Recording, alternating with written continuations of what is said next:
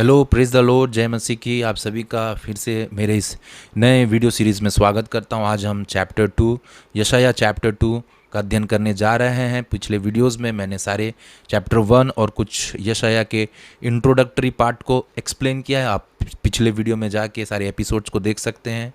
और हाँ, मैं बताना चाहूँगा कि कुछ एपिसोड्स के लिए आपको मेंबरशिप लेना पड़ सकता है। तो प्लीज़, अगर आपको हमारे साथ अध्ययन करना है और भी वचनों को डीपली पढ़ना है तो बहुत से वीडियो सीरीज़ अभी आने वाले हैं। आप हमारे मेंबरशिप को ज्वाइन करिए और प्रभु आपको आशीष दें।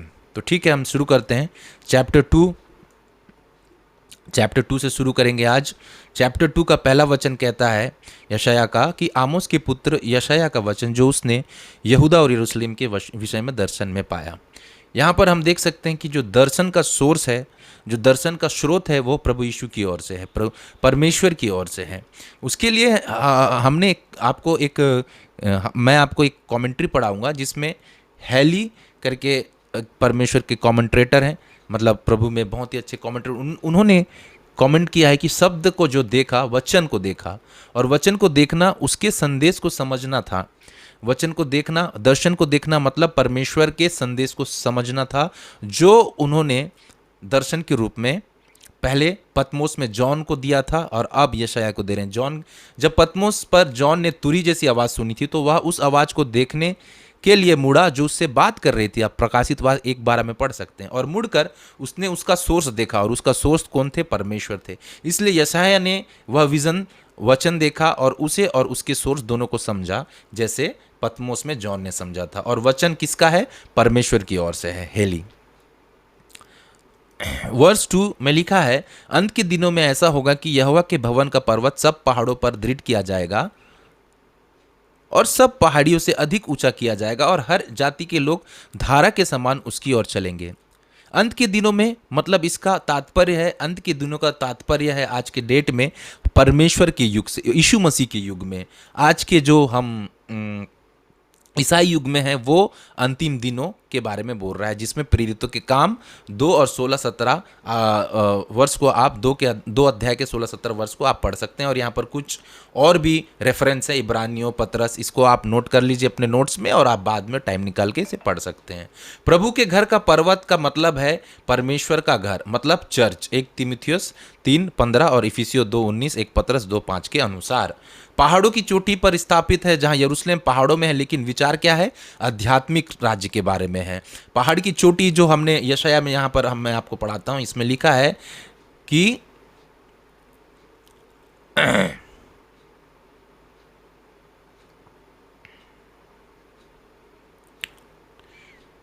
सब पहाड़ियों से अधिक ऊंचा किया जाएगा, सब पहाड़ों से अधिक ऊंचा किया जाएगा, और हर जाति के लोग उसकी समान, लोग धारा के समान उसकी ओर चलेंगे। यहाँ पर पहाड़ियों से अधिक ऊंचा किया जाएगा, रेफरेंस वही है, पहाड़ी की चोटी पर स्थापित, जहाँ यरूशलेम पहाड़ों में, लेकिन विचार क्या है? आध्यात्मिक राज चर्च की ऊंचाई का है, ठीक है, जो सबसे सर्वश्रेष्ठ है।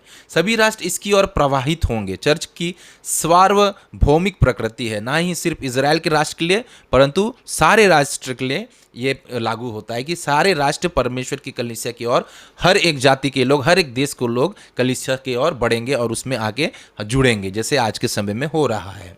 वर्ष 3 में मैं पढ़ना चाहूँगा। वर्ष 3 में लिखा है, बहुत से देशों के लोग आएंगे और आपस में कहेंगे, आओ हम यहोवा के पर्वत पर चढ़कर याकूब के परमेश्वर के भवन में जाए, तब वह हमको अपने मार्ग सिखाएगा और हम उसके पथों पर चलेंगे, क्योंकि यहोवा की व्यवस्था सियोन से और उसका वचन यरूशलेम से निकलेगा।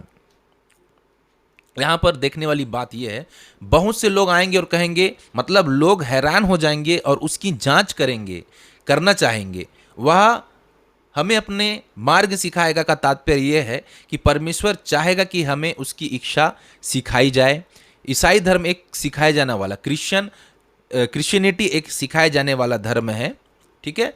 कुछ रेफरेंस आप देख सकते हैं, यिर्मयाह 31:31 से 34, प्रेरितों के कार्य 2:14 से लेकर 39:40, और यूहन्ना 3:6 और ये इब्रानियों 8, इसे आप नोट कर लीजिए। फिर यहाँ पर सियोन से कानून निकलेगा और यरूशलेम से प्रभु का वचन निकलेगा। इसका मतलब यह है कि व्यवस्था और परमेश्वर के वचन का अर्थ एक ही है। व्यवस्था और परमेश्वर के वचन का अर्थ एक ही है, मतलब सुसमाचार, ठीक है, गॉस्पल। और इस प्रकार सुसमाचार का प्रचार यरूशलेम से शुरू होगा।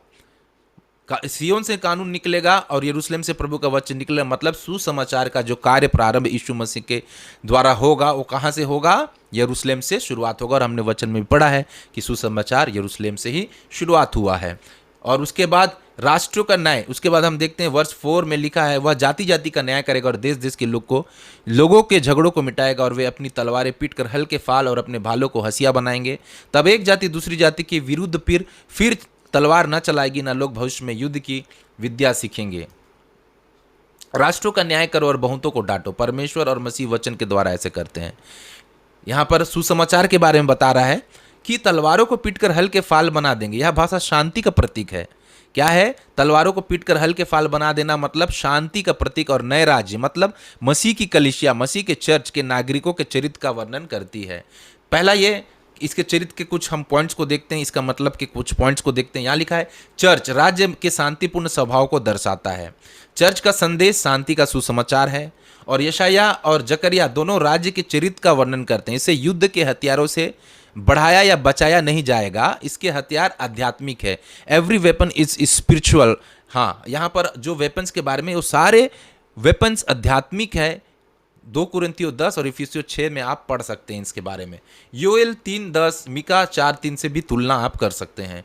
यहाँ पर भ्रष्टाचार लोगों ने यहोवा को छोड़ दिया। अब हम 5 से वर्ष 5 से 11 तक पढ़ेंगे, वर्ष 5 to 11। इसमें भ्रष्टाचार के बारे में हम देखते हैं यशाया में भ्रष्टाचार कैसे था। यशाया के दिनों में भ्रष्टाचार के बारे में हम पढ़ते हैं। यहाँ पर लिखा है, हे याकूब के घराने आ, हम यहोवा के प्रकाश में चले। तूने अपनी प्रजा याकूब के घराने को त्याग दिया है, क्योंकि वे पूर्व देश के व्यवहार पर तन मन से चलते और पलिस्तियों के समान टोना करते हैं और परदेशियों के साथ हाथ मिलाते हैं। उनका देह चांदी और सोने से भरपूर है और उनके रखे हुए धन की सीमा नहीं। उनका देश घोड़ों से भरपूर है और उनके रथ अनगिनत है। उनका देश मूर्तों से भरा हुआ है। वे अपने हाथों की बनाई हुई वस्तुओं को, जिन्हें उन्होंने अपनी उंगलियों से संवारा है, दंडवत करते हैं। इससे मनुष्य झुकते और बड़े मनुष्य नीचे किए जाते हैं। इस कारण उनको क्षमा न कर, यहोवा के भय के कारण और उसके प्रताप के मारे चट्टान में घुस जा और मिट्टी में छिप जा, क्योंकि आदमियों की घमंड भरी आंखें नीचे की जाएगी और मनुष्यों का घमंड दूर किया जाएगा, और उस दिन केवल यहोवा ही ऊंचे पर विराजमान रहेगा। यहूदा से परमेश्वर के वचन का पालन करने की विनती करता है। यहां पर यशायाह यहूदा से विनती कर रहा है कि तुम परमेश्वर के प्रकाश में चलो। ठीक है, फिर वर्ष 6 से हम 9 के वर्ष को समझते हैं। ये मूसा के कानून का उल्लंघन कर रहे थे, इसलिए परमेश्वर को इन लोगों को त्याग देना पड़ा। यहाँ पर पूर्वी तरीकों से भरा हुआ और विदेशी गठबंधन बनाए जा रहे थे, और चांदी और सोने से भरे हुए, का मतलब वे लालची लोग थे। घोड़ों से भरा हुआ और मूर्तियों से भरा हुआ, ये जो थे मतलबी लोग थे। और जो महान लोग थे उनका मतलब है नेता ऊंचे पद पर, इसलिए परमेश्वर उन्हें माफ नहीं करेगा।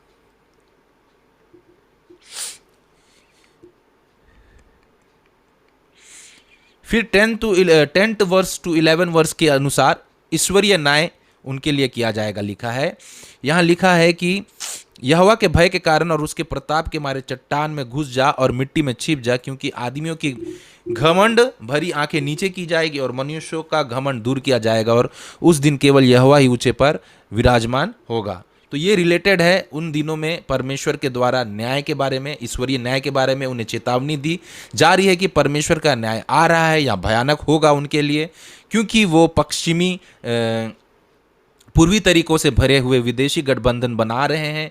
अब चांदी सोने के लालच से भरे हुए हैं और वे घमंड से भरे हुए हैं, मूर्तियों से भरे हुए हैं। परमेश्वर के जो व्यवस्था थी, मूसा की व्यवस्था थी, उसको उल्लंघन कर रहे हैं। परमेश्वर के न्याय को वो अपने जीवन में आमंत्रित कर रहे हैं, और जो न्याय बहुत खौफनाक होने वाला है, भयानक होने वाला है। इसलिए परमेश्वर कहता है उनको डरो। अपने घमंड और अहंकार के कारण वे क्या करेंगे? नीचे गिराए जाएंगे। उस दिन सिर्फ परमेश्वर ही महान होगा, कोई इंसान नहीं, कोई देश नहीं उनके सामने खड़ी हो सकता है, और परमेश्वर ही जो होगा वो सबसे महान होगा।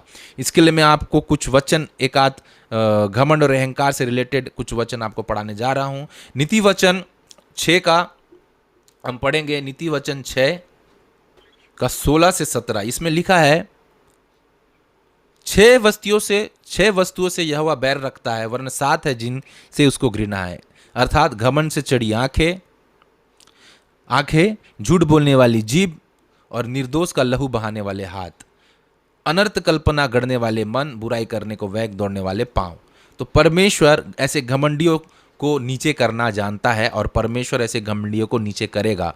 और यहाँ पर इसी के विषय में यशायाह भविष्यवाणी कर रहे हैं कि अंत के दिनों में जब परमेश्वर का न्याय होगा, तो ऐसे जो घमंड से भरे उस समय के जो यहूदी लोग हैं, जो यशायाह के समय के लोग हैं, उन सारे घमंड भरी आंखों को परमेश्वर नीचे करने वाला है, क्योंकि वो परमेश्वर के मार्ग को छोड़ चुके हैं। और आज हम यही बात को सोचना है कि हम अपने जीवन में परमेश्वर के मार्ग को छोड़ दिए हैं, कि परमेश्वर के मार्ग में चल रहे हैं। आज हम क्रिश्चियन को, हम ईसाइयों को, इन मसीहों को बहुत ये आवश्यकता और ज़रूरी है कि हम परमेश्वर के जो व्यवस्था है, जो सुसमाचार है, उससे दूर ना जाएं, उसको छोड़ के दूर ना जाएं, और हम प्रभु के साथ बने रहें, तब परमेश्वर हमारे साथ बने रहेगा। फिर हम इसको 15 वर्ष तक इस एपिसोड में 15 आयत तक पढ़ेंगे। उसके बाद नेक्स्ट एपिसोड आगे का सेकेंड पार्ट में मैं लाऊंगा, उसमें आगे के अध्ययन को हम करेंगे। अभी ज़्यादा नहीं करेंगे, ताकि हम धीरे धीरे आगे बढ़ें और धीरे धीरे हमको सारी बातें समझ में आ सकें। फिर उसके बाद हम वर्स 12 देखते हैं, क्योंकि सेनाओं के यहोवा का दिन सब घमंडी और ऊंचे गर्दन वालों पर और उन्नति से फूलने वाले पर आएगा, और वे झुकाए जाएंगे। यहाँ पर उनका घमंड, 12th वर्ष, उनका घमंड और अहंकार दूर करने के लिए प्रभु का एक दिन लगेगा, सिर्फ एक दिन लगेगा। और उस दिन सभी लोग और चीज़ें जो परमेश्वर से ऊपर थी नीचे कर दी जाएगी। तो मेरे प्रियो, मेरे भाइयों बहनों, आज कुछ भी चीज़ हमें जो बड़ी दिखती है, कुछ भी चीज़ परमेश्वर से बढ़कर नहीं, कुछ भी चीज़ परमेश्वर से बढ़कर नहीं है। चाहे वो संसार में कितना भी नामी हो, कितने भी पॉपुलर हो, कितने भी प्रतिष्ठित हो, कितने भी महंगी हो, कितनी भी कॉस्टली हो, कोई मायने नहीं रखता। परमेश्वर के सामने सारी चीज़ कचड़े हैं, और परमेश्वर के सामने सिर्फ परमेश्वर से जो प्रेम है, परमेश्वर के प्रति हमारा जो समर्पण है, हमारा ओबीडियंस और हमारा जो विश्वास है, वही सबसे बढ़कर है। और जिससे हम इस जीवन में विजय पा सकते हैं, वो है सिर्फ हमारा विश्वास और हमारा परमेश्वर के प्रति प्रेम। तो आज हम छोटे ना बने, आज अपने आप को छोटे ना समझे। शायद हम इस संसारिक अवस्था में बहुत छोटे पाए जा सकते हैं, परंतु परमेश्वर के साथ जब हम बने रहेंगे, तो हम निश्चय परमेश्वर के साथ ऊंचा किया जाएंगे, क्योंकि हर एक चीज़ जो परमेश्वर के विरोध काम करती है, वो नीचे किया जाएगा। फिर हम वर्ष 13 में जाएंगे। यहाँ लिखा है, और लबालोन के सब देवदारों पर जो ऊंचे और बड़े हैं, बसान के सब बांज वृक्षों पर और सब ऊंचे पहाड़ों और सब ऊंची पहाड़ियों पर, गुम्मट और सब दृढ़ शहरपना पर, तरसीस के सब जहाजों और सब सुंदर चित्रहारी पर वह दिन आता है। ठीक है, लबालोन के सब देवदारों पर जो ऊंचे और बड़े हैं। इसका मतलब है, देवदार मतलब यहूदियों द्वारा प्रशंसित और मंदिर के निर्माण में उपयोग किए जाने वाला जो देवदार है, वो बहुत ही प्रशंसित एक लोग उनके बीच में एक देवदार मतलब एक लकड़ी था लावा। ठीक है, तो बहुत प्रशंसित और बहुत चाहने योग्य था। तो परमेश्वर बोल रहा है, जो चीज बहुत ही प्रशंसित है, बासान के ओक वृक्ष प्रसिद्ध थे, जैसे कि पर्वत और पहाड़ियाँ सबसे ऊंची और भव्य अक्सर सुरक्षा और रक्षा के बारे में बोलती है। यहाँ तक कि परमेश्वर उन्हें भी नीचा दिखाएगा।